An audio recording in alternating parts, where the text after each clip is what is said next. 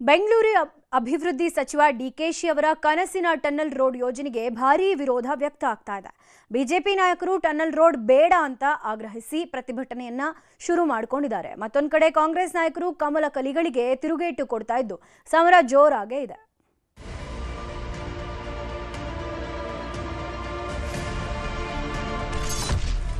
Bengaluru tunnel ಪ್ರಾಜೆಕ್ಟ್ಗೆ ವಿರೋಧ, ಬಿಜೆಪಿಯಿಂದ ಜನಜಾಗೃತಿ ಅಭಿಯಾನ. ರಾಜ್ಯ ರಾಜಕಾರಣದಲ್ಲಿ ಬೆಂಗಳೂರು ಟನಲ್ ವಾರ್ ತಾರಕಕ್ಕೇರಿದೆ. ಬಿಜೆಪಿ ಹಾಗೂ ಕಾಂಗ್ರೆಸ್ ನಾಯಕರ ವಾಗ್ಯುದ್ಧಕ್ಕೆ ನಾಂದಿ ಹಾಡಿದೆ. ರಾಜ್ಯ ಸರ್ಕಾರ 30 ರಿಂದ 35 ಕಿಲೋಮೀಟರ್ ಉದ್ದದ ಟನಲ್ ರೋಡ್ ಪ್ರಾಜೆಕ್ಟ್ ಕೈಗೆತ್ತಿಕೊಂಡಿದೆ. ಈ ಯೋಜನೆಗೆ 43,000 ಕೋಟಿ ಖರ್ಚು ಮಾಡ್ತಾ ಇದೆ. ಮೊದಲ ಹಂತದಲ್ಲಿ 18 ಕಿಲೋಮೀಟರ್ ಸುರಂಗ ನಿರ್ಮಾಣಕ್ಕೆ ಡಿಕೆಶಿ ಮುಂದಾಗಿದ್ದಾರೆ. ಆದರೆ ಸರ್ಕಾರದ ಈ ಪ್ರಾಜೆಕ್ಟ್ಗೆ ರಾಜ್ಯ ಬಿಜೆಪಿ ವ್ಯಾಪಕ ವಿರೋಧ ವ್ಯಕ್ತಪಡಿಸ್ತಾ ಇದೆ. ಅದರಲ್ಲೂ ಡಿಕೆಶಿ ಹಾಗೂ ಸಂಸದ ತೇಜಸ್ವಿ ಸೂರ್ಯ ನಡುವಿನ ಸುರಂಗ ಕದನ ಜೋರಾಗಿದೆ. ಮೊನ್ನೆಯಷ್ಟೇ ಖುದ್ದು ಡಿಕೆ ಶಿವಕುಮಾರ್ ಅನ್ನ ಭೇಟಿ ಮಾಡಿ ಟನಲ್ ರಸ್ತೆ ಯಾಕೆ ಬೇಡ ಎಂದು ತೇಜಸ್ವಿ ಸೂರ್ಯ ಮನವರಿಕೆ ಮಾಡಿದ್ರು. ಆದರೆ ಯಾವುದೇ ಪ್ರಯೋಜನ ಆಗಿಲ್ಲ. ಹೀಗಾಗಿ ಒಂದೆಜ್ಜೆ ಮುಂದಿಟ್ಟ ಬಿಜೆಪಿ ಹೋರಾಟದ ಹಾದಿ ಹಿಡಿದಿದೆ.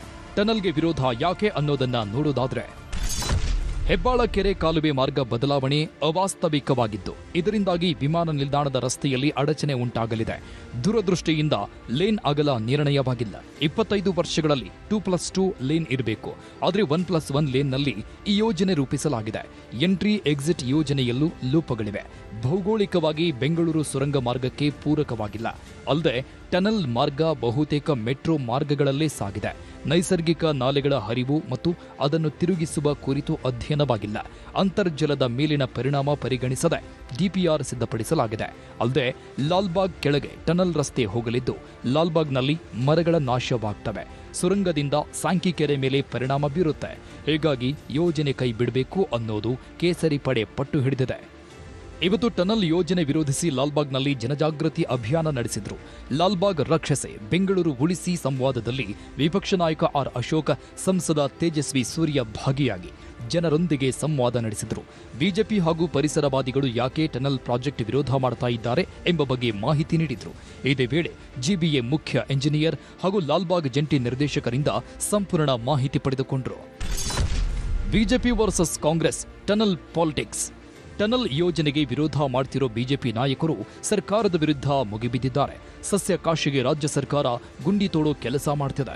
ಇದು ಬೆಂಗಳೂರನ್ನೇ ದಿವಾಳಿ ಮಾಡುವ ಪ್ರಾಜೆಕ್ಟ್. ಟನಲ್ ಮಾಡಲು ಬೆಂಗಳೂರು ಜನ ಬಿಡಲ್ಲ, ನಾವು ಹೋರಾಟ ಮಾಡೋದನ್ನು ನಿಲ್ಲಿಸಲ್ಲ ಅಂತ ಸವಾಲ್ ಹಾಕಿದ್ರು. ಇದಕ್ಕೆ ಕೈ ನಾಯಕರು ಕೌಂಟರ್ ಕೊಟ್ಟಿದ್ದಾರೆ.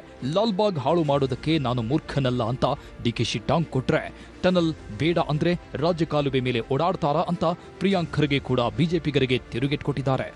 ಈ ಸುರಂಗ ಯೋಜನೆ ಇದರಿಂದ ಬೆಂಗಳೂರಿನ ಪರಿಸರ ಹಾಳಾಗುತ್ತೆ. ಬೆಂಗಳೂರಿನ ಜನ ನಿದ್ದೆಗೆಡುವಂಥ ಪರಿಸ್ಥಿತಿ ಬಂದಿದೆ. ಇದು ಟ್ವಿನ್ ಟನಲ್ ರಸ್ತೆ ಅಲ್ಲ, ಇದು VIP ಕಾರಿಡಾರ್. ರಾಜ್ಯ ಸರ್ಕಾರನೇ ಬೋರ್ಡ್ ಹಾಕಿ ಇದು ರಕ್ಷಿತ ಪ್ರದೇಶ ಅಂತ ಬೋರ್ಡ್ ಹಾಕಿ ಇವತ್ತು ಅದನ್ನೇ ಕೊಲೆ ಮಾಡಕ್ಕೆ ಹೊರಟಿದ್ದಾರೆ. ಜನ ಯಾರು ವಿರೋಧ ಮಾಡಲ್ಲ, ಇವರು ರಾಜಕೀಯ ಮಾಡ್ತಾ ಇದ್ದಾರೆ. ಜನ ಯಾರು ವಿರೋಧ ಮಾಡಲ್ಲ. ಈಗ ಟ್ರಾಫಿಕ್ ಈಸ್ ಔಟ್ ಮಾಡ್ತೀವಿ ಅಂತಂದ್ರೆ ಯಾರು ವಿರೋಧ ಮಾಡಕ್ ಬರ್ತಾರೆ?